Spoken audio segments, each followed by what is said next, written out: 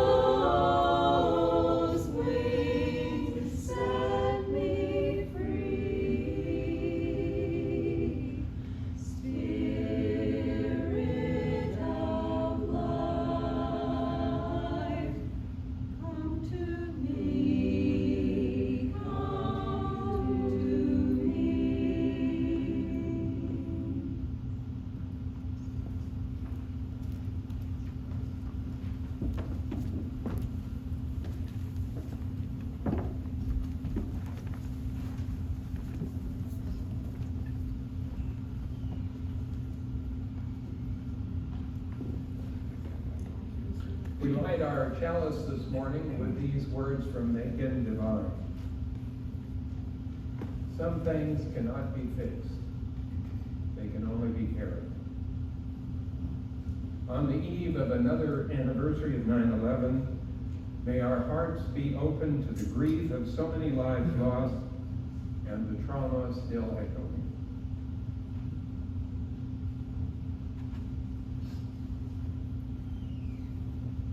We also light a candle to honor the record number of families seeking to enter the U.S. at our southern border.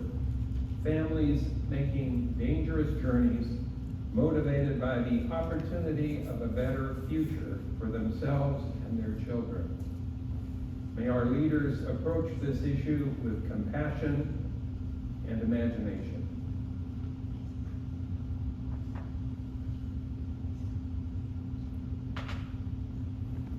I invite you to rise in body or spirit as you are willing and join in singing our opening hymn, number 183, in the gray hymnal, "The Wind of Change Forever Blowing."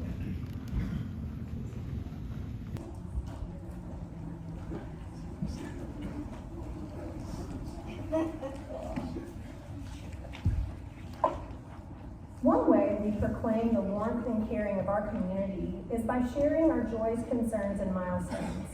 If you are joining us virtually, we invite you to type your joy, concern, or milestone in the YouTube chat box during Music for Meditation.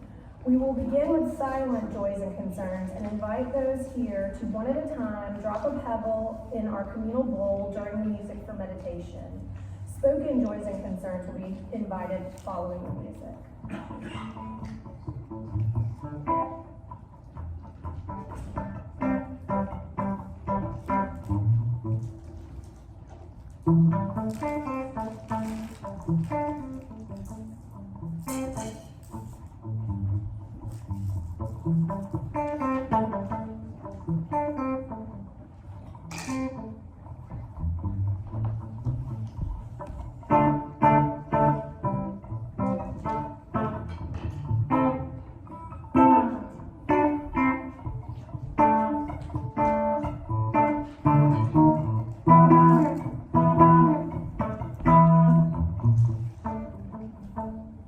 If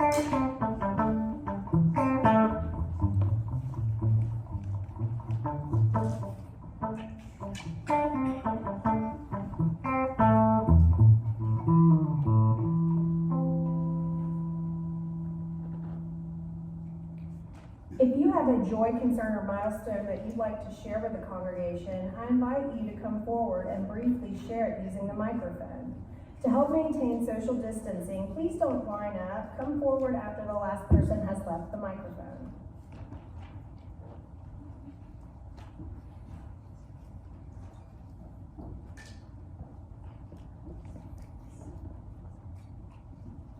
It was a joy for me to attend an art reception for photographs that are being held at the little art house next to Ross House Coffee on Ross Avenue yesterday morning. The exhibit will be up for another 2 weeks, and they're only open between 10 and 12, Monday through Thursday. But it was really lovely to reconnect with other artists who are other photographers, because it's a photo show. And it was really very, very pleasant. It's like to see people you haven't seen in many years. Yay.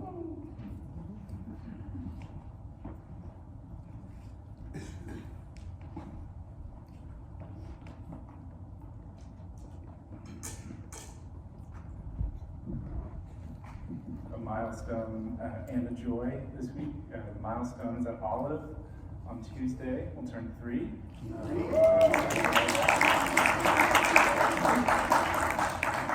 And the joy that follows from that is to mark the occasion the grandparents are in town, and my mother-in-law Sue is here with us today.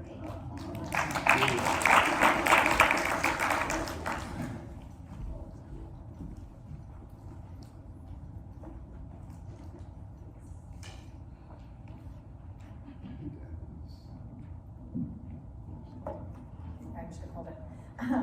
I have a joy in that I received a gift this week from Angela, and an amazing gift. We all know Angela as an amazing moment for all ages leader. All of us know her as that. And the kids know her as a wonderful RE teacher, CRE, and I've had the joy of working with her for 2+ years. It's been over 2 years. And we all are sad that we're leaving, but the joy is that where she shines, and none of us really get a chance to see this because it's all written, she has created a beautiful curriculum unique for this UU, for both our teens and for our youth children, that is unique and distinct, and we're going to be the first to try to implement and experience this work of art, and I'm so grateful for that. And so I think this is going to be a gift for all of us as a community. So I wanted to share that with y'all. So thank you.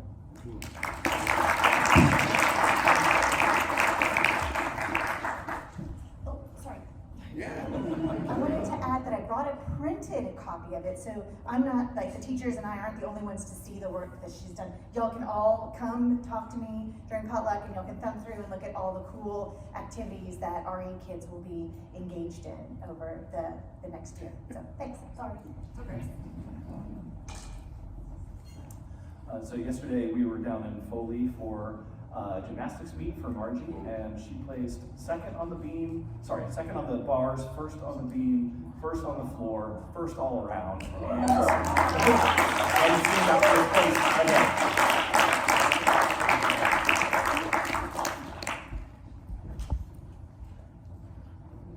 Hey, good morning. In case you're not aware, Conrad Ross is in hospice right now. He's not conscious. I don't have a lot of details, but in case you have not heard, that's his situation.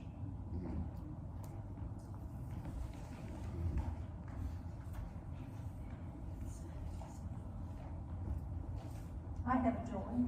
We are traveling, coming up soon. Richard and I are going first to Gulf Shores for a few days and then to Ball Harbor. It's gonna be fun.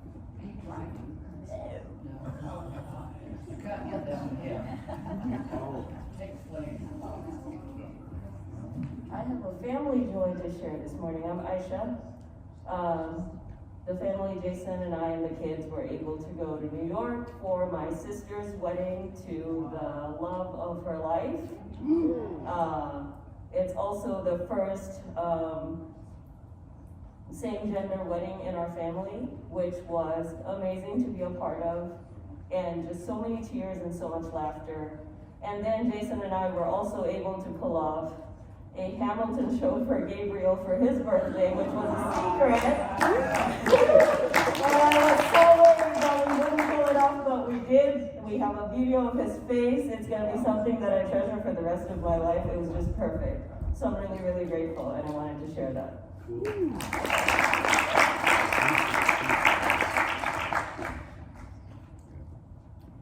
Thank you to all who shared their joys, concerns, and milestones this morning.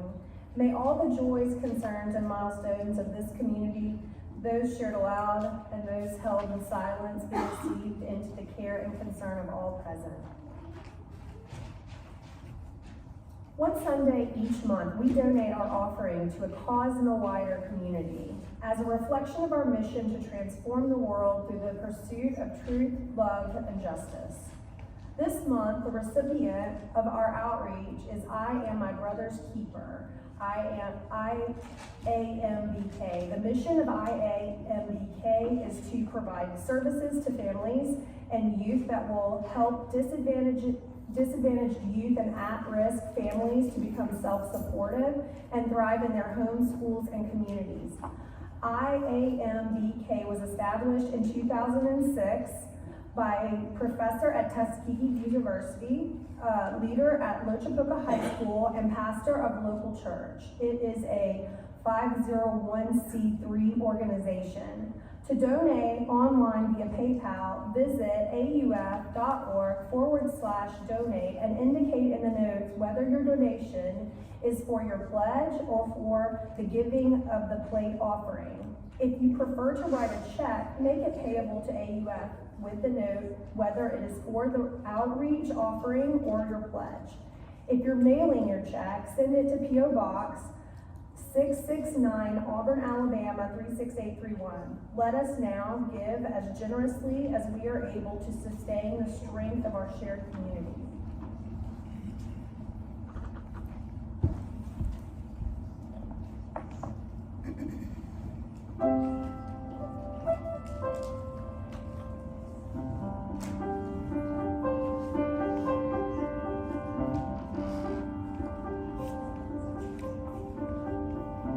Where were you when the world stopped turning that September day?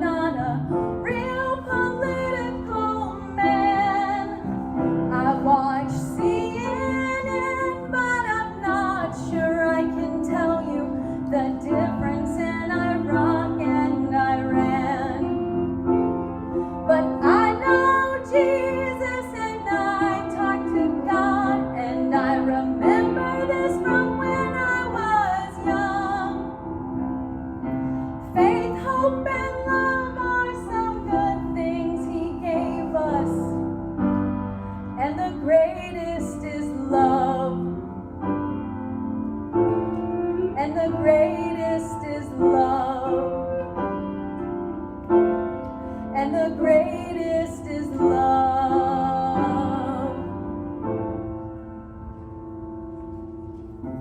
Where were you when the world stopped turning that September day?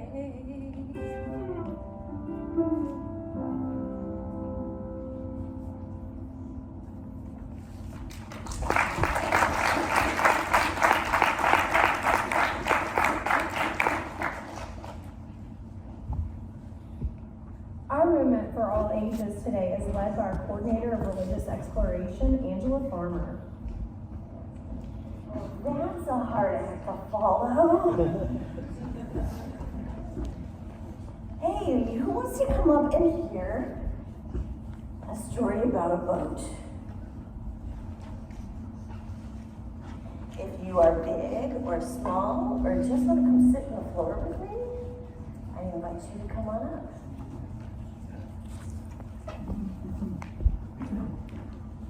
Good morning, everybody. This will be my last moment for all ages. Enjoy. I will be reading Fireboat, The Heroic Adventures of the John J. Harvey by Myra Coleman. New York City, 1911. Amazing things were happening, big and small. The Empire State Building went up. Babe Ruth in his 611th home run in Yankee Stadium, and the tasty candy treat Snickers hit the store. Thank goodness. The George Washington Bridge was suspended elegantly across the mighty Hudson River. Champion Penley calling of Blarney won Best of Show at the Westminster Kennel Club. On a hot and jazzy night, the word cha was invented. And on a steamy, fresh day, the John J. Harvey fireboat was launched. There were 12 fireboats in New York City. The Harvey was the largest, fastest, and shiniest fireboat of them all. It had 5 diesel engines, so it could go 20 miles an hour, and that was pretty fast. 8 pipes that could pump about 16,000 gallons of water per minute. That's like 20 fire trucks all at once.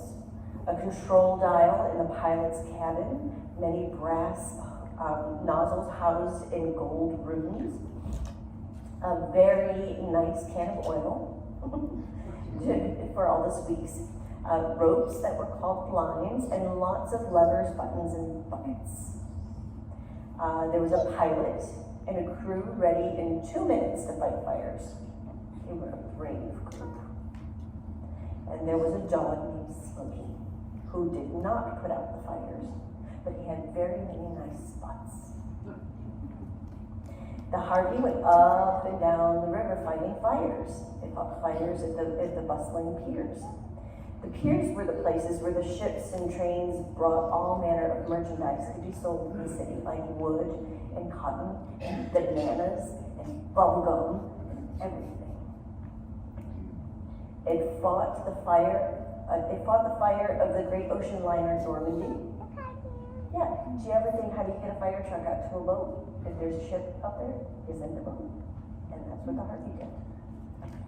Sometimes the Harvey just went out to shoot water in celebration. Many years passed, a new captain had come on board, Bob Lenny, and he and his crew fought many fires. But New York was changing. The Twin Towers were now the tallest buildings in New York City, and the piers were closing. In 1995, the city no longer needed many fireboats. The Harvey was considered old and useless. It sat in the water for 5 years, waiting to be sold for scrap. And then a very surprising thing happened. A group of friends were eating at a restaurant called Florent. They had heard about the fireboat and decided something. Let's save the Harvey. Let's buy her. Everyone needs a fireboat. We won't put out fires, we'll just have fun. And they did. They took it to cattle ship repair in Staten Island. Even there they said, she's old, it'll be hard to fix her, but the owner said, fix. So they fixed it beautifully. They repaired the two propellers, making them new with shiny coats of brass. Brass doesn't rust. They repaired the holes with steel plates and covered the plates where the rivets went. And they scraped the barnacles and the seaweed off the hull and painted her with a shiny coat of red paint. They all look very happy. They worked on all the levers to make sure that they worked the right way. And once again, the Harvey was on its way. Tim, the engineer, kept things running smoothly. Jessica, the assistant engineer, at the controls in the noisy engine room. Andrew welding, Chase helping, John fixing, Tom cooking, Huntley at the wheel, and Bob Lenny watching over everyone and being very proud. They made friends with the only other fire boats on the river, the Firefighter and the McKean. Everyone said the Harvey is a nice old boat, but she could never be used to fight a fire. Never. But then, on September 11th, 2001, something so huge and horrible happened that the whole world shook.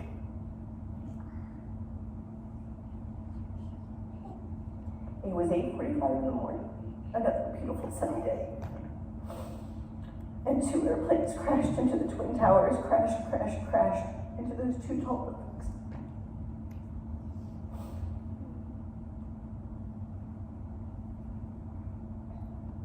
The sky filled with fire and smoke, and the building exploded and fell down to the ground, and many people were hurt, and many lives were lost.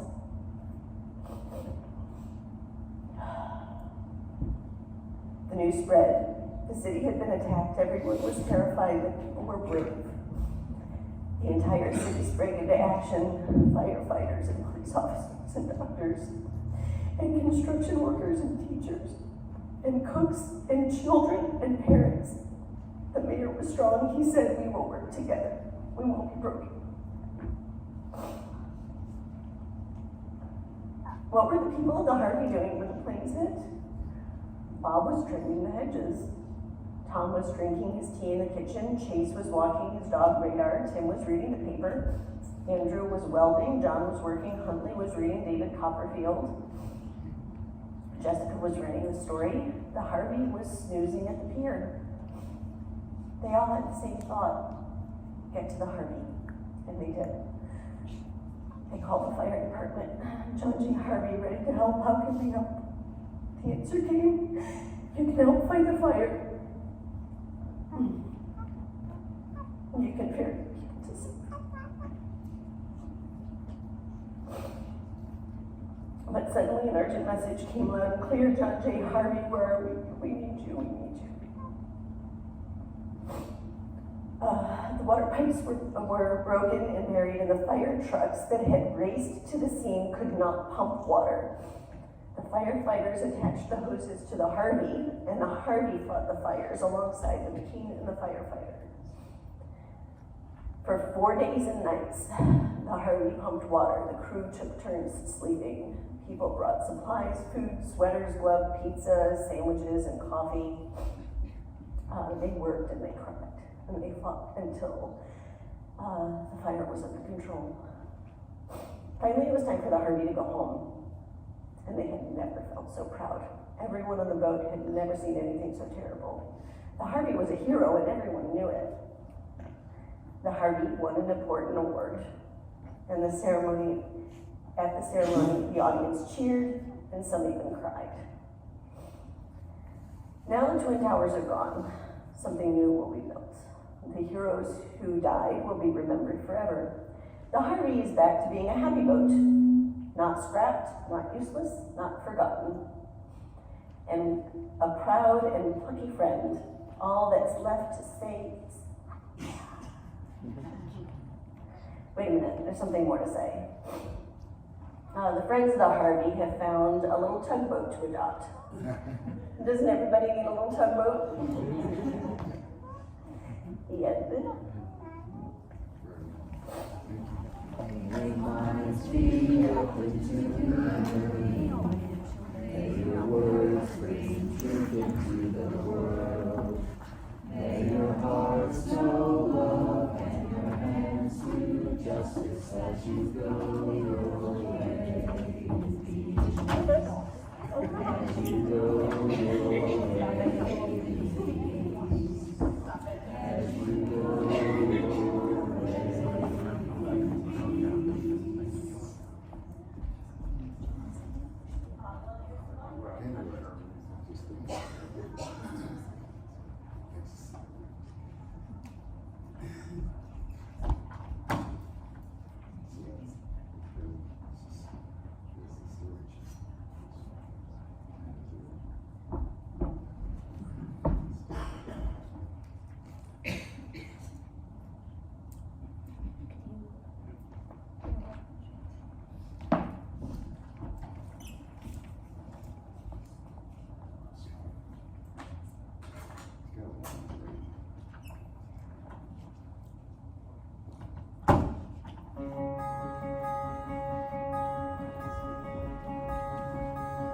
My parents must have thought they had a crazy kid, 'cause I was one of those kids who always knew what I wanted. They took me down to the airport to see all the planes depart, watching them fly. Something inside of me was starting. I was 8 when I told them that I'd be a pilot, but I was too young and too short, and there were no female captains. And my dad said, be patient, he said, just see what happens. But I took my first lesson, came down from the sky, and told my father I'd fly for the rest of my life. Then I got my first job, flying for a mortician in a tiny bonanza, just a corpse hanging, $5 an hour for flying dead bodies. I had to climb over their faces just to get to my seat. Suddenly the wheels lift off, the ground is falling backwards. I am suddenly alive. Suddenly I'm in the cockpit. Suddenly everything's changed. Suddenly I'm not too young or too short, and the passengers in the back don't complain. Suddenly there's no one saying stay grounded, looking down, passing them by. Suddenly there's someone in between me and the sky. American Airlines had the prettiest planes, so I applied as a flight engineer. But the World War II pilots, they all complained. They said girls shouldn't be in the cockpit. Hey lady, hey baby, hey, why don't you grab us a drink? And the flight attendants weren't my friends back then, and they said, are you better than us, do you think? But I kept getting hired, and the World War II crew, they retired, and the girls all thought much higher of me. 1986, the first female American captain in history. Suddenly I'm in the cockpit.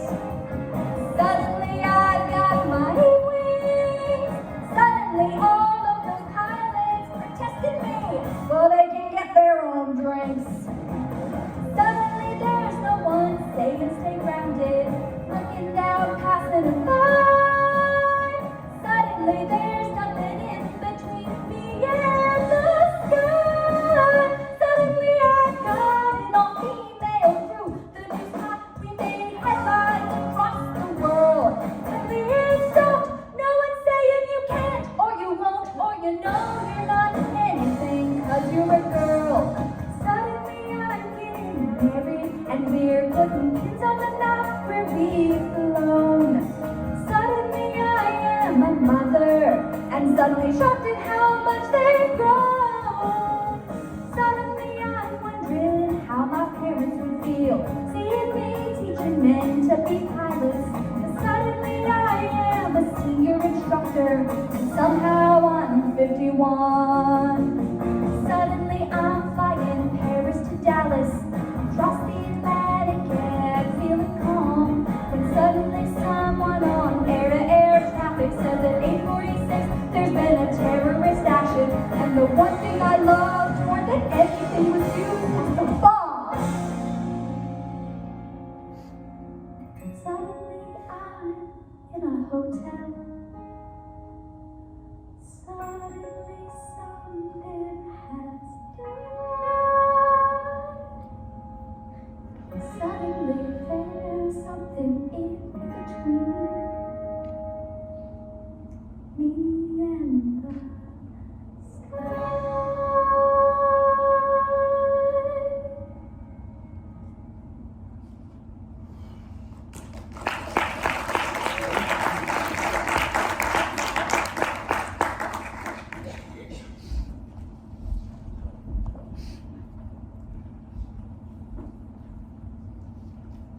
Thank you, Victoria.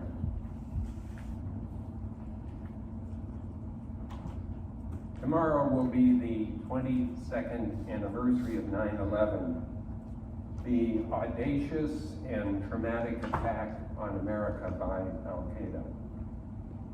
We're approaching a generation since that day. While the physical destruction has been cleared, new buildings constructed, the Pentagon repaired, and memorials erected, the emotional scars remain. In the words of Megan Devine, some things cannot be fixed. They can only be carried. The echoes of 9/11 persist, and this morning I want to share my reflections on a few of those. John Oganowski and his family, wife Margaret and daughters Laura, Carolyn, and Mary Catherine, lived on a 150-acre farm in Dracut, Massachusetts, not far from where John was raised. Beyond raising crops, hay, corn, pumpkin, blueberries, and peaches, he was known for promoting farming in Massachusetts and helping Cambodian farmers who had settled in the area after the Vietnam War. 9/11 dawned a crisp fall morning with not a cloud in the sky. I recall that morning because I lived in nearby New Hampshire. John Oganowski was up early to drive to Logan Airport. In addition to farming, he was a pilot for American Airlines, scheduled to captain a Boeing 767 from Boston to LA. He and First Officer Thomas McGinnis were among the first to die, possibly before their plane struck the North Tower. John's daughter, Laura, was 16, just starting her junior year in high school. She was in class that morning.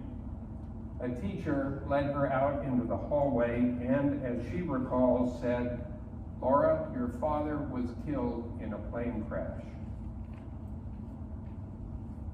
Watching the planes fly into the World Trade Center towers was and still is the most horrific thing to see, she says. That day that started out so bright and crisp turned out to be the darkest day of my life. The Oganowski family turned their grief toward memorializing John's love of farming and trying to resume their lives. John's widow says, "There's just this undeniable void. They took a person bigger than life, and he disappeared in a heartbeat." John Oganowski was one of 2,977 people who died at the World Trade Center, the Pentagon, and in an open field near Shanksville, Pennsylvania. They ranged from 2 to 82 years old and came from some 102 countries. The medical examiner staff of New York City continues to identify the remains of victims using DNA samples. As of 2 years ago, some 1,100 people had not been identified. Their families waiting for closure. Some 71,000 who responded to the destruction at Ground Zero and were exposed to the smoke and the dust and the trauma suffer physical and emotional illnesses. More than 300 firefighters have died from these illnesses attributed to their exposure in the aftermath. Another echo from 9/11. The failures in security that allowed the 19 hijackers to pull off 9/11 led to the formation of the Homeland Security Administration and the Transportation Security Administration, dampening the fun of air travel, likely forever. Our airports have been restructured into people chutes, so TSA can assess each one of us as a possible threat. After an intense 10-year hunt, the U.S. finally found Osama bin Laden, the leader of Al-Qaeda, and killed him in a surgical strike. While that brought some sense of justice, Al-Qaeda remains active in the world. It took the U.S. another decade to find Ayman al-Zawahiri, who took over the leadership after bin Laden's death. The U.S. government had demanded that the Taliban leadership of Afghanistan turn over bin Laden. After the Taliban refused the ultimatum, President Bush ordered an invasion of the country to capture the elusive leader. Bin Laden escaped, leaving the U.S. with a misguided and unsuccessful attempt to turn the country into a peaceful democracy. After nearly 20 years of what became known as the Forever War, the U.S. hastily and chaotically withdrew from Afghanistan, leaving the Taliban in control.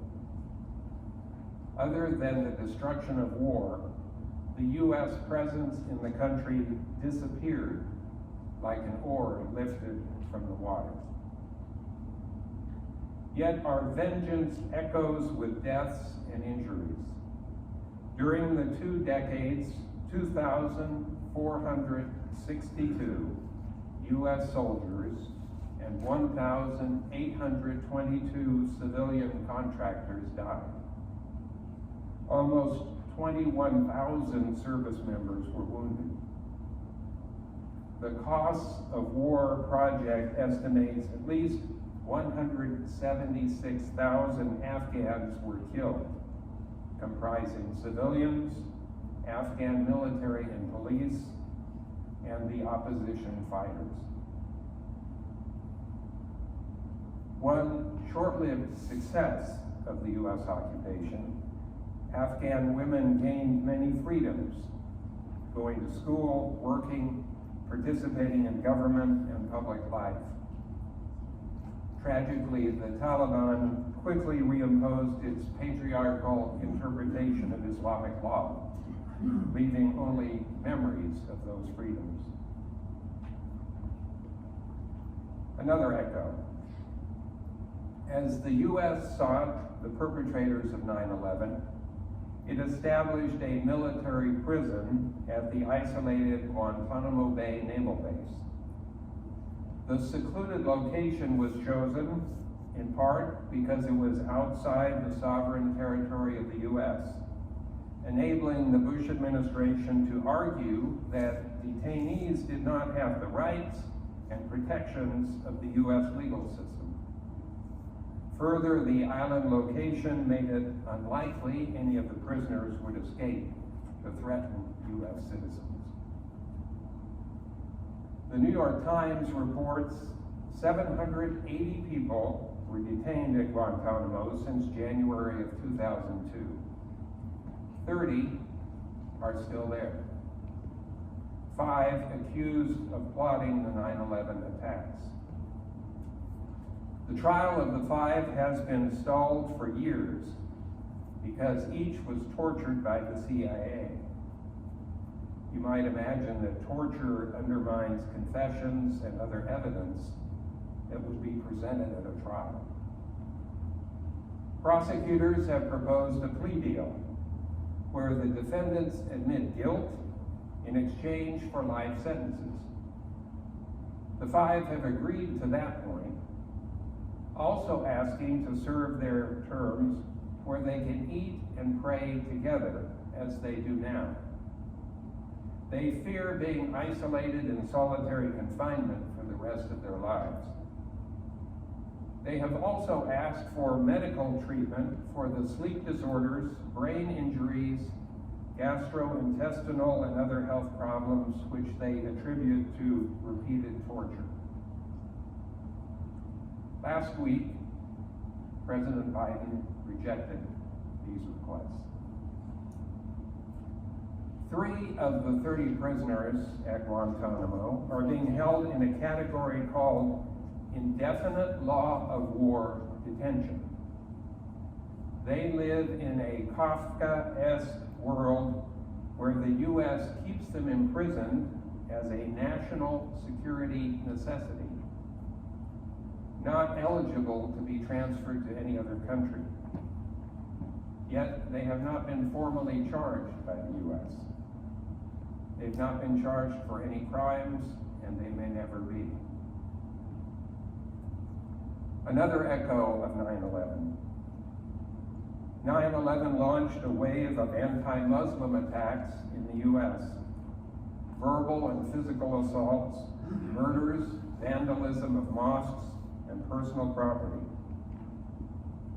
Donald Trump used anti-Muslim bias as a pillar of his 2016 campaign for the White House. After being elected, his proposed policies were slowed only by the courts. Islamophobia remains a simmering part of American culture, resurgent with the rise of Christian nationalism. These echoes continue to reverberate 22 years after 9/11. Sitting with them is heartbreaking. As a nation that calls itself religious, what should we learn from this past?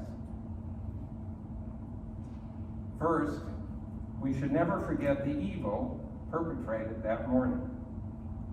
For those of us who witnessed it, the trauma surfaces every 9/11. Every time we see a photo or video from that day or its aftermath. So many innocent lives were lost, causing unfathomable pain for those who loved them. Some things cannot be fixed. They can only be carried. Second, our military forces are most effective deterring the aggression of other countries. Our military is a blunt instrument of destruction when used offensively, leading to tragic civilian casualties. Even an initial welcome by civilians usually turns to resentment and a guerrilla war. Third, regardless of our intentions, an American occupation cannot create a democracy with enlightened human rights where the history, culture, and religious traditions of the country won't nurture those seeds. Fourth, torture and interminable detention are appalling violations of human dignity. Our first principle calls us to respect the inherent worth and dignity of every person. And those words reflect the values of religious people across the country and the foundation of our Constitution. Last, and most pertinent for us, our Muslim neighbors remain targets of bias. This is likely to become more threatening and visible with the hateful rhetoric of the upcoming presidential campaign. 22 years after 9/11, it's easy to be so busy with life that we lose track of these continuing echoes. On this anniversary, let us remember we are called to turn our faith into action and to engage in the political process, doing what we can to right the wrongs that still echo from 9/11. In the words of Martin Luther King Jr., the ultimate tragedy is not the oppression and cruelty of the bad people, but the silence over that by the good people. As I researched and wrote this homily, I found the message depressing. Being an optimist at heart, I want to end on a more positive, hopeful note. Likely you've heard the story told by Mr. Rogers. He said, "When I was a boy and I would see scary things in the news, my mother would say to me, 'Look for the helpers. You will always find people who are helping.' To this day, especially in times of disaster, I remember my mother's words, and I'm always comforted by realizing that there are still so many helpers, so many caring people in this world. We can't tell the story of 9/11 without recounting so many acts of bravery and selfless kindness. We heard one in the Moment for All Ages. Here's another one that ties to the service. The morning of 9/11, the FAA ordered all aircraft in U.S. airspace to land to determine whether other planes had been hijacked and were heading for destruction at unknown locations. There were many flights coming from Europe that were too close to the U.S. to return to Europe.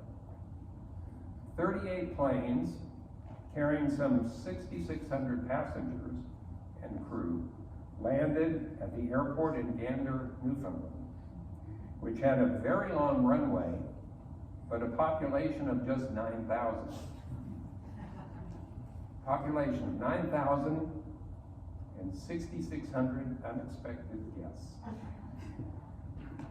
The residents there rallied to feed and home their stranded visitors until their flights were cleared to return to the U.S.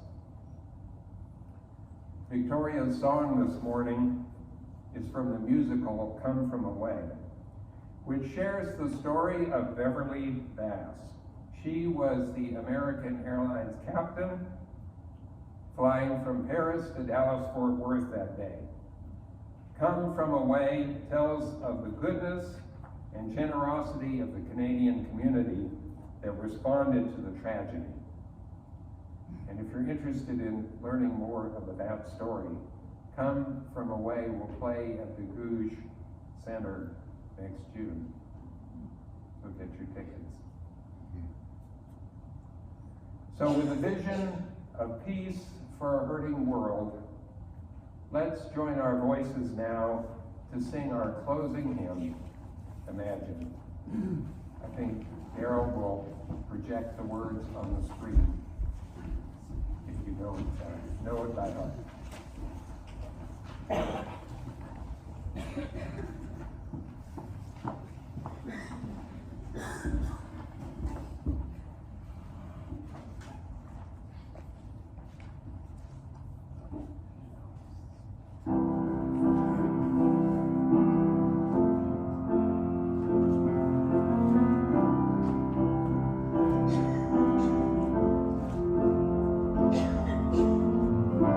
Imagine there's no heaven.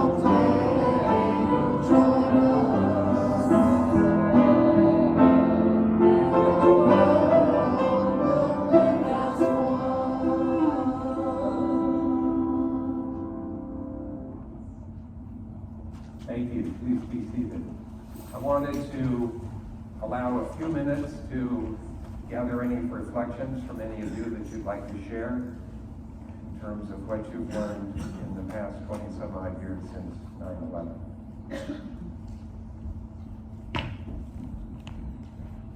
I had just arrived at my office on September 11th and was opening up my computer, and the news came on that had happened.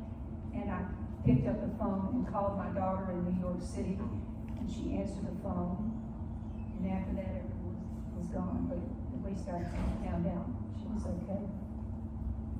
You know, Al Gore invented the internet for the purpose of a tragedy like what's happened, which showed the ability to communicate.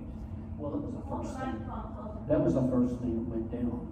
I was in my office at the USDA lab, and pretty soon everything just only rumors is what we had. We could read any news. It was scary. Yeah, I remember that. Anyone else? Raise your hand. Oh, Carl? Regarding the Islamophobia, in this town there is, of course, the Islamic Center. I had some of my students decided to go to a service there, so I went along. It was the most racially and socioeconomically integrated congregation I have seen in this town. On the other hand, all the women were upstairs. My female students said they sort of, sat around, they had a little speaker up there and talked and had a good time. Whereas the men, including some very young men, were very much involved in doing the service kind of things that I guess one does. You get to learn how your service works. But it was quite interesting, and they say it's right just down the street, right near Terry's house. There was a hand. Zach. Did you see that? I was pretty young when it happened, so I don't have any first-hand memories, but my dad is a pilot, so he was actually in the air during 9/11. I remember when my parents talk about it, my dad was flying for some rinky-dink airline in the Northeast, and everything was grounded. There weren't cell phones. He couldn't call anybody. My mom was just at home with a baby. There's a not insignificant chance that I would have grown up without a dad. So that's usually what I think of on 9/11. Not all the people who didn't die, or all the people who died, but the few that didn't that are still here. I wasn't going to speak, but I was there in Washington, D.C. today. My husband was at the Pentagon. And it is disturbing every year to feel 9/11. I was working at a posh little club on M Street called Sports Club LA, and I was having the time of my life. And I was having a luncheon for Marsh McLennan's group in Washington, D.C. And 400 of the men and 2 women ran out and into the street on their phones, and I didn't know what was going on. And they lost 700 of them.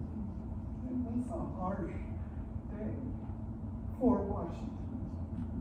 So thanks very much. I wasn't in New York for 9/11, but a close friend of mine was, and he was there. The Twin Towers, we think of as Twin Towers, but between those 2 buildings, there was, I think, an 8 or 10-story building. It shouldn't be, so nobody noticed that was the customs building. My friend Stan and his wife worked at the customs building when the first plane hit, and miraculously, in the chaos, his wife, who worked on another floor, was running away, and Stan saw her, and so they were together for the rest of the day. And he said they became part of this sort of mob that was being directed by the police or, first responders. And they wanted them to walk to New Jersey through a tunnel. And I think they changed their mind and they said, no, go the other way. And so he walked home to Brooklyn. And I was sitting here in Auburn thinking, oh my God, Stan is there, in the buildings. I didn't know what had become of him. And of course I wasn't as lucky as Terry. I couldn't reach him for weeks. And for weeks, I kept thinking of Stan as being dead. But then he picked up the phone. Thank you, everyone, for your sharing. Recognizing we're between you and potluck. Turn it over to Patience.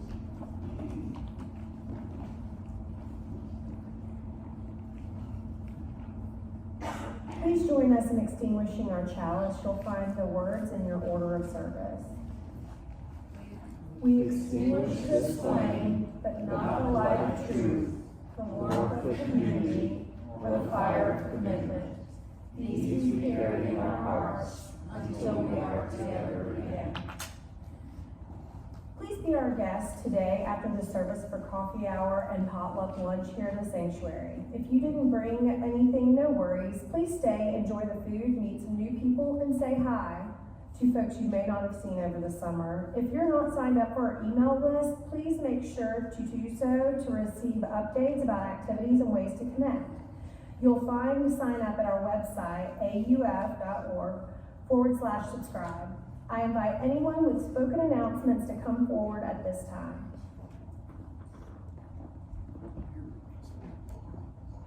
A reminder, on the 23rd of this month is the yard sale, the vendor style yard sale. We're having set up on the Friday, the 22nd, from 2 to 7 p.m. So if you want to set up early, please do. And otherwise, spread the word to everyone you know so that, we can have people come in and shop. Because that's the point of it all, is to make all this stuff go away and raise money.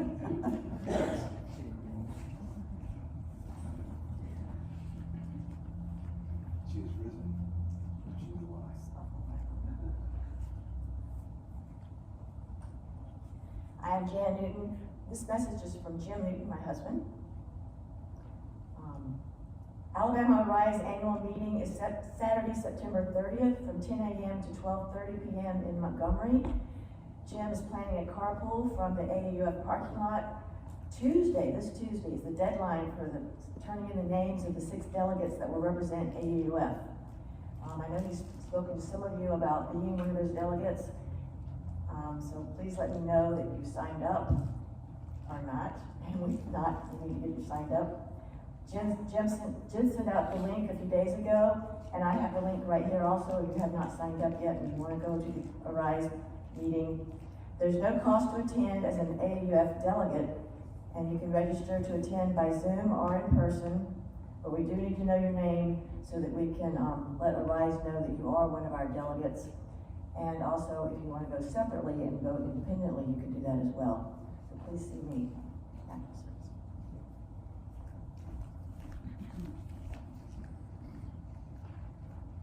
How sometimes you're at a meeting and they say, well, now we just have some housekeeping things to take care of. Well, I have something that is literally housekeeping.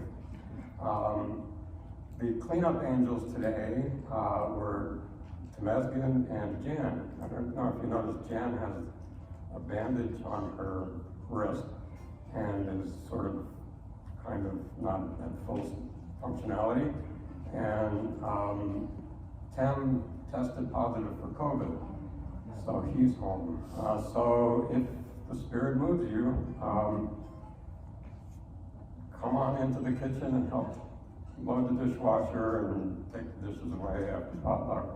So that's number one. Number two, Emily Graff asked me to announce for her that registration forms are available out on the playground. So after the service, if you have a kid that you haven't registered for RE this year, should be happy to do that. she mentioned that some people took a form home with them, and allegedly we're going to bring them back, and she'd be glad to take those also out on the playground. And today we had a new clipboard going around. I don't know how far it got. Okay. And it's a clipboard to sign up to be a playground volunteer.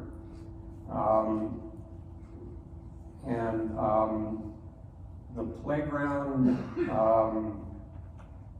is undergoing, renovations, I guess you could say. We're trying to make it a super duper playground.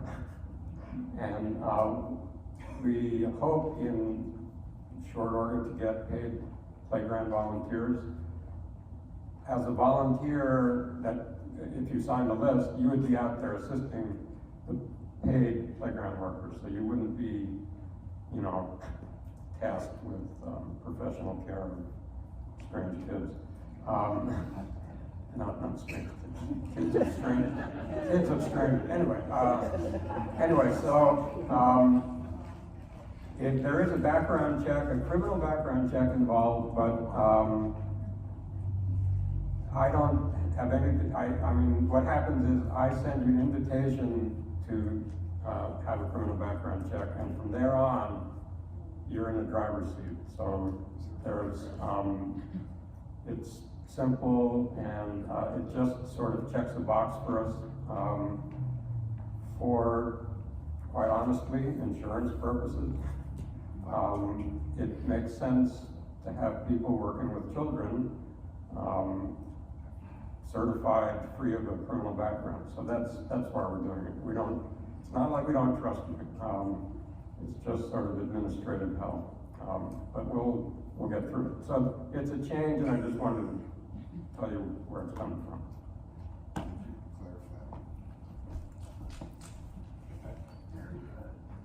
Patrice, everybody. I don't know if y'all are aware of this, but next Sunday, First Universalists of Camp Hill is having their anniversary, their homecoming. And if you are interested in going, I need to get with you because I need a way to get there.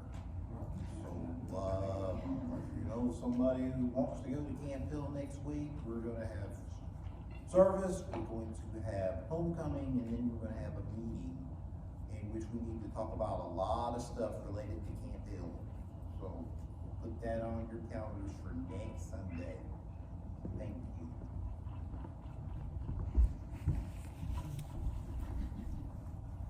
Hey, campus ministry tonight, 6:30, 2056 RBD Library. That's the University Writing Studio. So if you want to come, I'll bring spaghetti. If you have food to contribute, that'd be great. If not, no big deal. And we'll have some good conversation.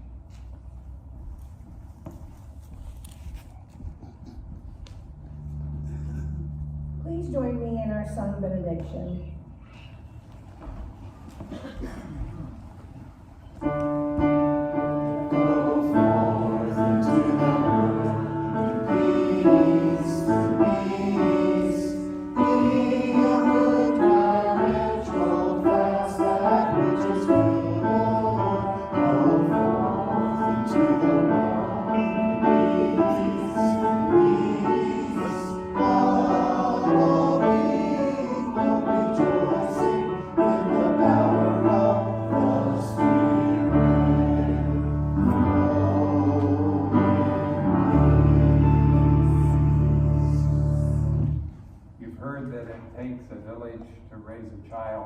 Takes a community to plan a Sunday service. So I want to thank Martha, Andrew, Carter, Victoria, Patience, everyone who contributed to make this service meaningful. Our closing words are by John Pavlovitz. At the end of your life, this world will either be a more or less loving, compassionate, caring place because of your presence. Your move.